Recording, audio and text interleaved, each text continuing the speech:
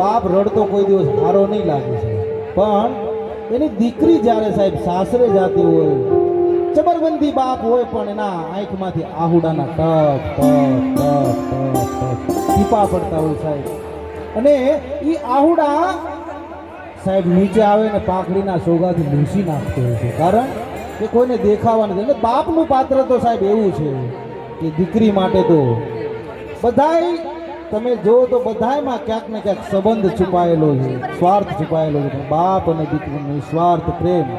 એટલે જ કીધું કે કાળજા કેરો ખટકો મારો ગાંઠથી છૂટી ગયો, સબતો નહોતો પગ ધરતી પર. દીકરી હરણની જેમ ઠેકડા મારતી હોય સાહેબ, આંગણિયામાં કૂદતી હોય અને મોટી થતી હોય દીકરી, અને એ સાહેબ જ્યારે સાસરે જવાનો વિદાયનો જ્યારે પ્રસંગ આવે ને, જ્યારે ઉમરો હોય ઘરના, એને ડુંગરા જેવડો લાગે સાહેબ, ડુંગરા જેવડો લાગે.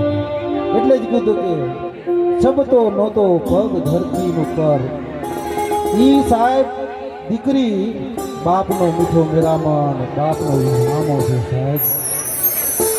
હંમેશા દીકરી તો તમે 1000 પુણ્ય કરાવ્યા હોય, કરોડો પુણ્ય કરાવ્યું ને, ત્યારે તમારી દીકરીનો જન્મ થાય સાહેબ. અને અત્યારે જેમની લાડકવાઈ છે એમને દિલનો ટુકડો કહેવાય, એનું દાન દઈ દે છે સાહેબ. દીકરીની તો કેટલી અને સમર્પણનું પ્રતીક હોય ને તો સાહેબ એ દીકરી છે.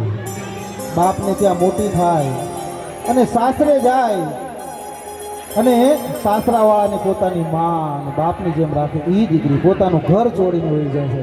અને ઘણી વખત તમે જોયું હશે કે આપણે મંડપ જ્યારે વધાવે ત્યારે દીકરી અવળું ફરીને હુકામ વધાવે છે સાહેબ. એ પ્રસંગ ઘણા જોવે છે પણ ખબર નથી, કારણ કે દીકરી સમર્પણનું એટલું પ્રતીક છે કે એ અવળું ફરીને મંડપ એટલા માટે વધાવે કે મારી નજર મારા ભાઈના ઓલા ઉપર ન પડે, એની જે પ્રોપર્ટી હોય ને એના ઉપર મારી નજર ન લાગે, એટલે અવળું ફરીને સાહેબ દીકરી મંડપ વધાવે છે સાહેબ.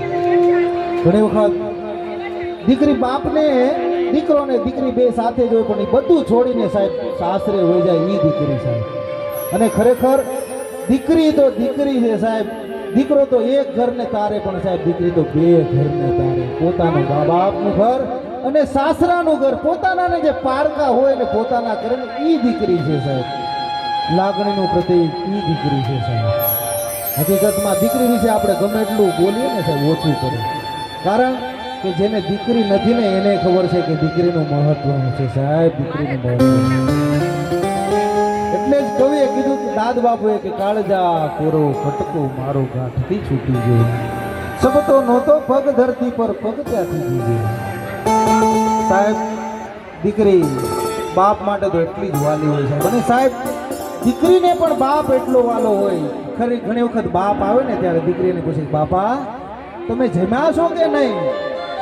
બાપા તમે ખાધું? તમારી તબિયત કેવી છે? સાહેબ દીકરી પૂછતી હોય ત્યારે બાપની આંખમાં દડ દડ દડ દડ દડ. અને સાહેબ દીકરી સાસરે જાય ને બીજી વખત જ્યારે આટો મારવા પહેલી વખત બાપને ત્યાં આવે ને સાહેબ, ત્યારે બાપને પૂછે છે હાથમાં સુટકેસ લઈને, બાપુ હું આ સુટકેસ મૂકું? કારણ કે સાહેબ એનું ઘર ઈ પારકું થઈ ગયું. ત્યારે બાપ ખરેખર રડતો હોય, આ જ ઘરમાં મોટી થઈ, આ જ ઘરમાં નાની થઈ, હરણીની જેમ મોટી થઈ, આજ તું બેટા મને પૂછે છે કે બાપુ હું આ સુટકેસ મૂકું? ત્યારે દીકરી લગી, બાપુ હું હતી પણ અત્યારે તો હું પારકા કરે છું, એટલે મારે તમને પૂછવું પડે છે. એટલે દીકરીનું પાત્ર તો સાહેબ દીકરી જેવું છે ખરેખર. દીકરી તો 1000 પુણ્ય કર્યા હોય ત્યાં મળે. Thank you. આવો લલિતભાઈ, અમારા પરમ મિત્ર લલિતભાઈ પધાર્યા છે સાહેબ. એ બાપને વાલી દીકરી